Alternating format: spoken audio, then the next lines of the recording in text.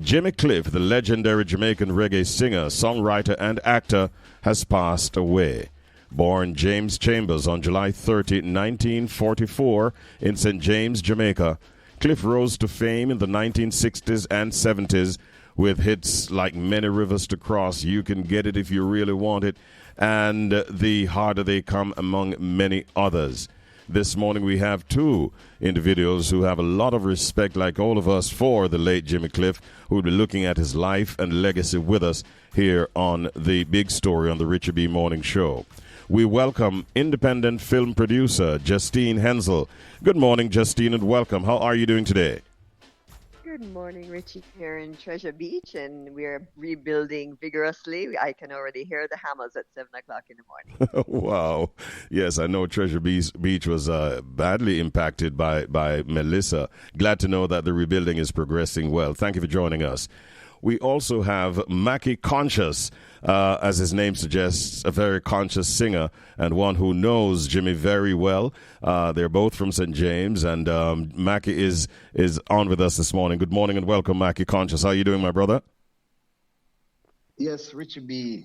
Happy to be getting an opportunity to speak at least one more time about this great man. And incidentally, speaking about this lady Henzell, I happened to meet Perry Henzell one time as well, who gave me some advice. Oh, really? Where my music is concerned. Yeah, we were talking about. He knows my songs, and he was giving me some ideas as to how to ensure that I do certain things with my songs, and I took that advice, and incidentally, this coincidence, we are connected with Henzell just the same. There Jimmy. you go. There you go. Wow. Fantastic story. If you spent enough time with him, maybe he would have also channeled you in the direction of film, Mackie, as he did with Jimmy Cliff. Yes, Justine. He was related. Go ahead, Mackie.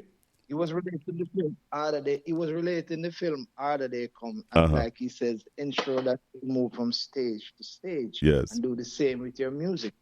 For those who do not know, Justine, tell the listeners your connection with Perry Henzell. Perry Henzell was my father. He passed in 2006, and he directed Jimmy in Jamaica's first feature film, The Harder They Come, which was released in 1972. Right. And Justine, what memories do you have of your father's work with Jimmy Cliff on The Harder They Come? Well, I was a small child, Richie. It was over 50 years ago, but I was present on the planet. Yes. And I was on set quite a bit because a lot of the Harder They Come scenes were filmed in my father's studio, which was literally at the back of our house at 10A West Kings House Road. Mm-hmm. So the filming happened over many years. They kept running out of money. Jimmy was very patient, and Daddy would call and say, "Okay, Jimmy, we have to go down to Trenchtown tomorrow." He's like, "All right." Or, "Sorry, we've run out of money. We can't shoot for another 3 months." It was a process. Yes. People say things are a process. Well, this was a real process. And the incredible talent in that film, Jimmy Cliff, Carl Bradshaw, Winston Stoner, none of them had acted before. But you would never know it from the incredible performances that were captured in that movie. Mm-hmm. So I, as a young child, I grew up going to set. I grew up with the crew. I grew up. In fact, one of the scenes, your audience may be familiar with the film, but there is one very emotional beating scene in the film, and as a young child, I happened to wander onto set during the filming of that scene, which was probably not a good idea. Probably scarred me for life. Oh, wow. But you remember it well, don't you? I remember it well, and majority of my memories are joyful. It was really was a family that made The Harder They Come happen. Mm-hmm. The crew and everybody were so committed to getting Jamaica to see ourselves on the screen for the first time. in Carib theater where everybody had watched westerns and kung fu movies, kickers, but this time it was us on the big screen and Hmm. Jimmy playing Ivan in the most incredible way. Yes, and how does it feel as you reflect on the challenges even that Daddy faced in financing the movie and so on, to where it has become? The hard work of your father and the team putting that film together. Now a film being celebrated and remembered, especially in relation to Jimmy Cliff's legacy. How do you now feel? Well, the iconic soundtrack, you talk about you have many rivers to cross. That's definitely true of the film. You talk about you can get it if you really want. That's very true. It's like the soundtrack mirrors the journey of the film. Hmm. And it was so instrumental, the film and the soundtrack, in getting reggae music and people's reality of Jamaica.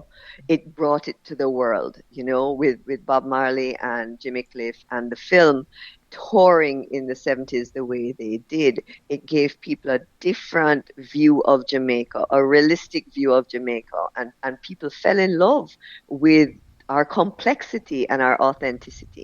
At the same time, Mackie, give us a few of your earlier, your reflections on Jimmy Cliff. I know that it's a man that you have sat many times with and reasoned with, got pointers from, and we know that in your early days when you used to perform on the North Coast night after night, sometimes 7 days a week, you would always include Jimmy Cliff's music in your set. Give us some of the reflections that you want to share with us this morning.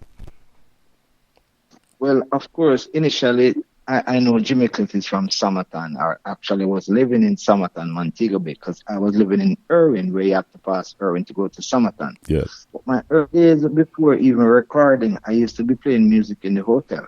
I used to sing night, and Jimmy Cliff songs were what you call, they have to be in my set.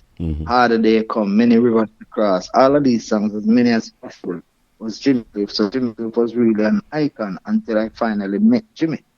I met Jimmy after I did the song What If, and I didn't know when some people were listening to your songs that when he called me, he didn't call me Mackie Conscious. He said, "What if?"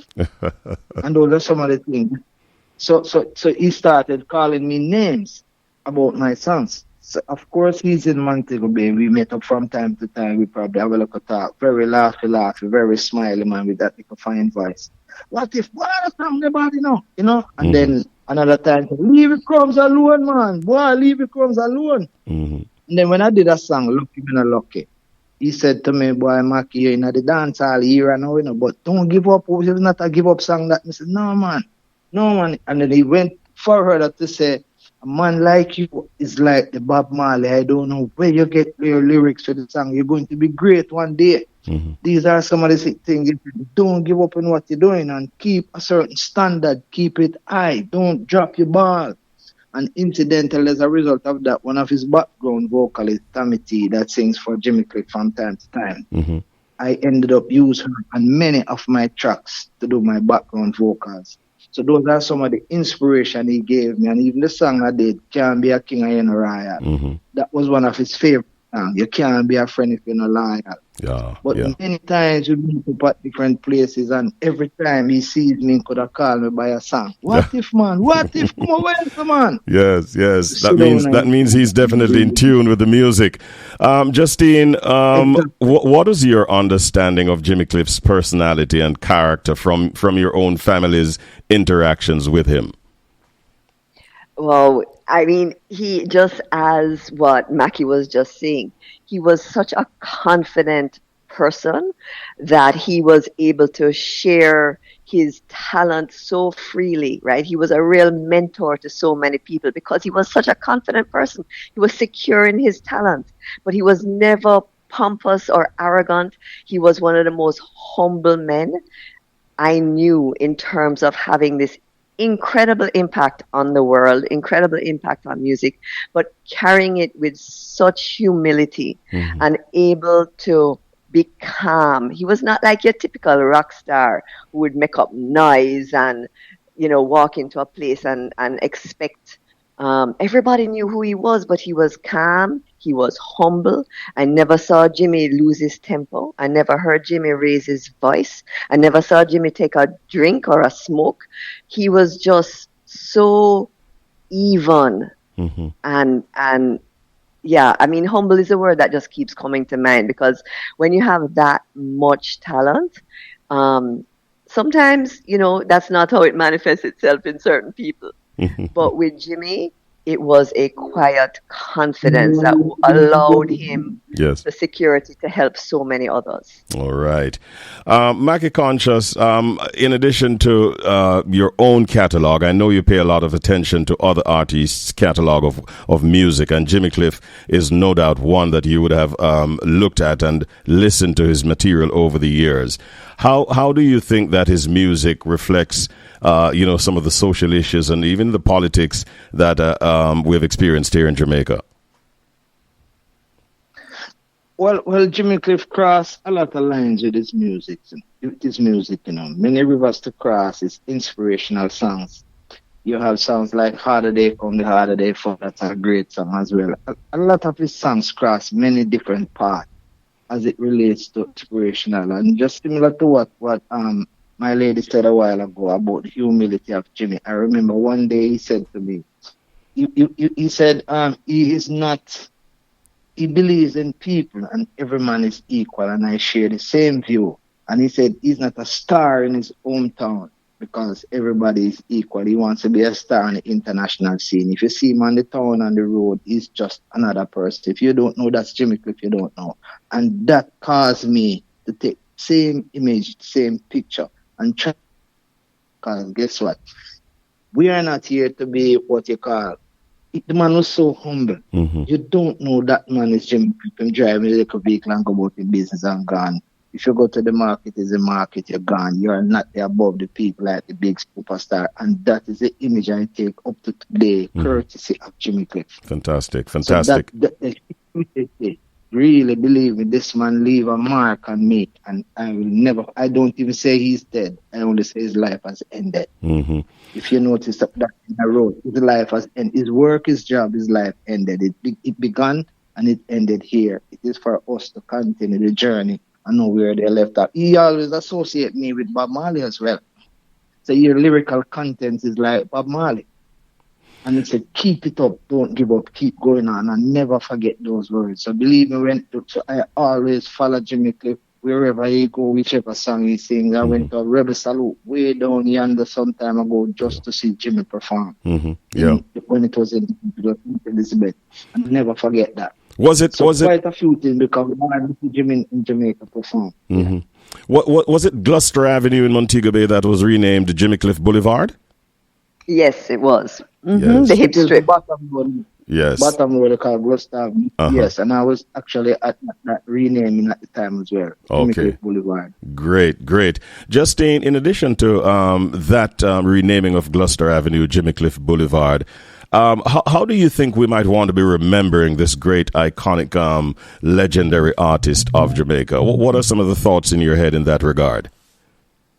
I mean, Jimmy has been celebrated throughout his career, for sure. I mean, he holds the Order of Merit, which is one of the second highest honor, really, you can have in Jamaica because there can only be 15 living Orders of Merit. Mm-hmm. Jimmy had that national honor. He had doctorates, I think, from University of the West Indies, I believe also from UTech. I mean, we have honored the man in life as we should have, but I think that we will continue as Jamaica to hold him in rightly so.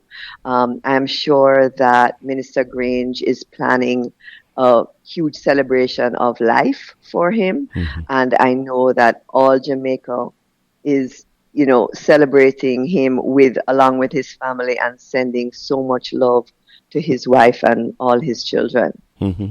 Thank you. Mackie, how do you think his legacy should be treated by us, the living? Well, I personally believe that some of people like Jimmy Cliff who have done so greatly, it should be more than just name.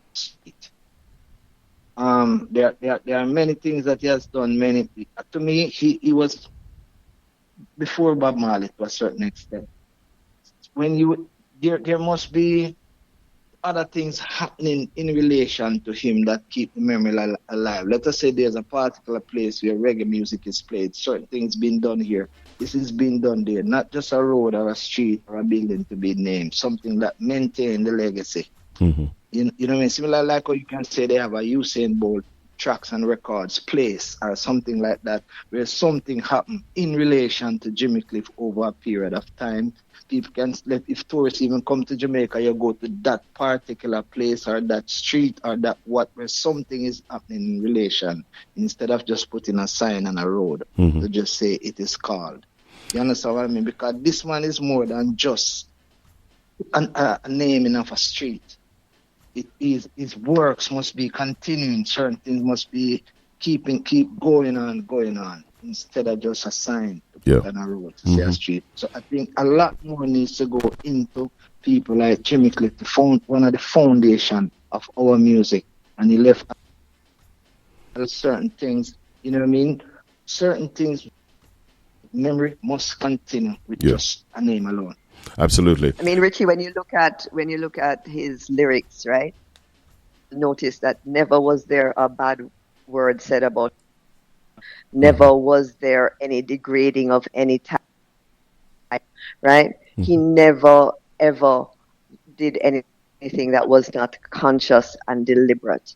And I think that is that kind of modeling, huge international hits, but he never sunk to any depths. He was always conscious, talking about the upliftment of people, talking about fighting for just causes around the world.